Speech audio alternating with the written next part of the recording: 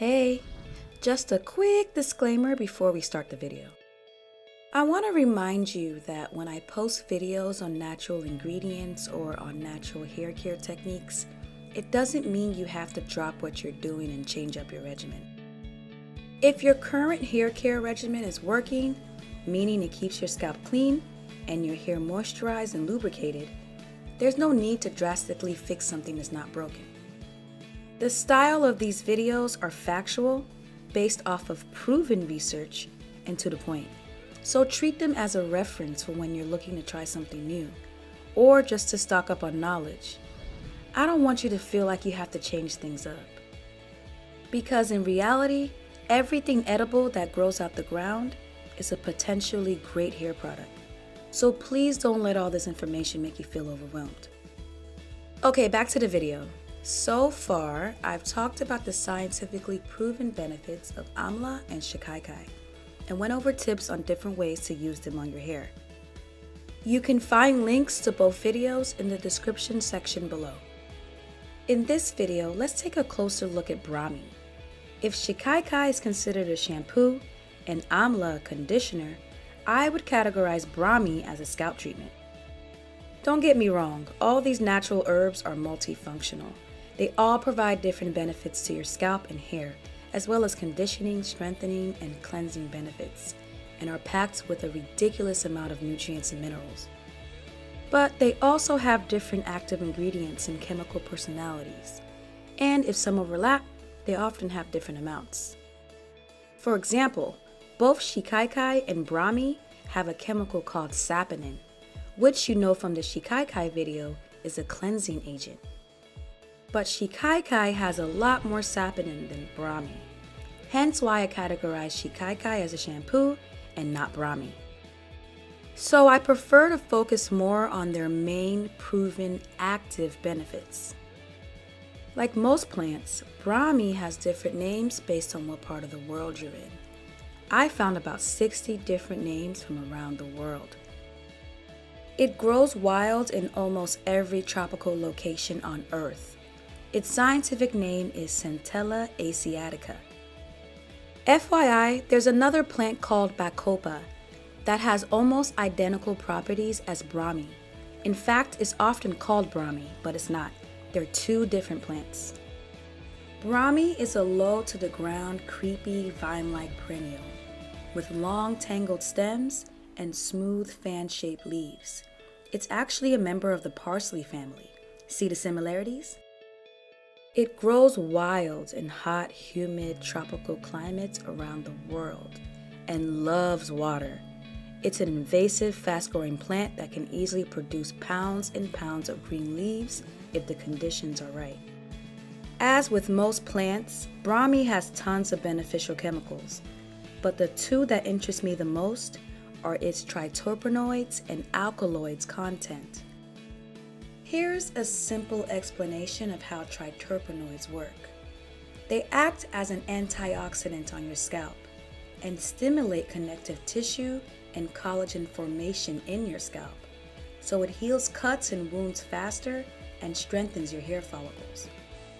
With long-term use, triterpenoids keep your hair follicles strong, tight, and resistant to premature and excessive hair loss.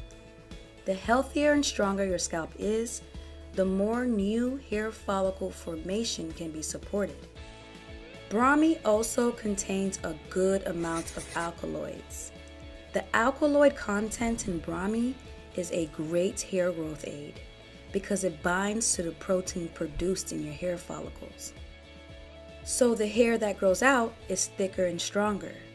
To experience BRAHMI's full benefits, it's really important to massage it into your scalp really good and use it consistently.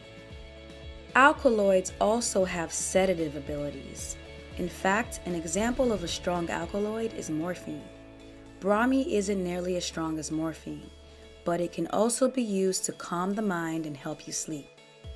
And you don't have to consume it to experience this either. Massaging an infused oil directly on your scalp is enough to promote better sleep quality.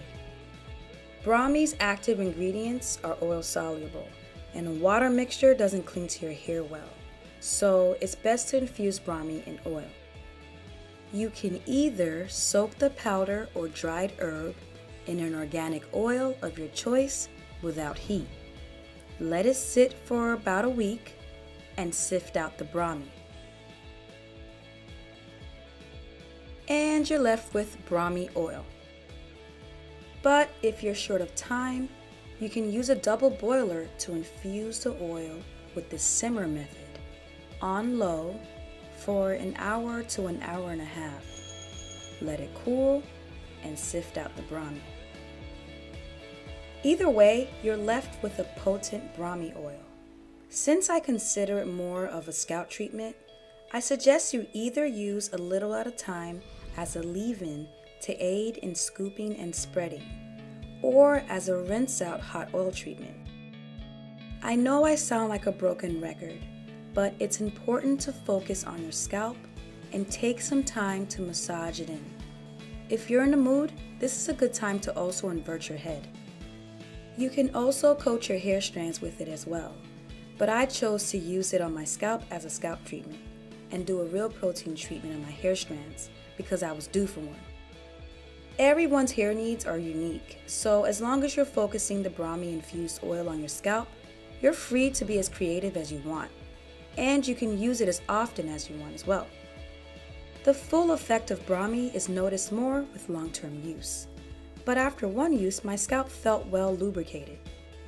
Just so you know, a good way to check the health of your scalp is to press down on it. You want to make sure that the skin on your scalp is tight and that there's little to no fat in between your skin and your skull. You also want to check for any new soft spots, soreness, or discoloration. So make sure to take some time to check and observe your scalp from time to time. I know I do. One last thing. Due to all its collagen reparative benefits, Brahmi infused oil is also really good to use as an oil cleanser.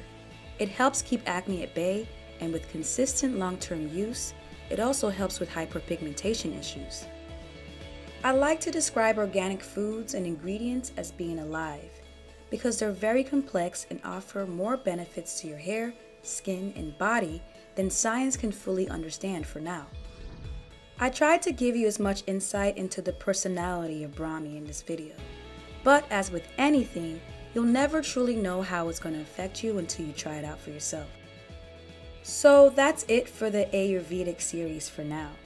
I plan on covering more plants like hibiscus, methi, neem, and fenugreek in the near future, so please stay tuned. I hope you liked the video. As always, thanks for watching. See you in the next video.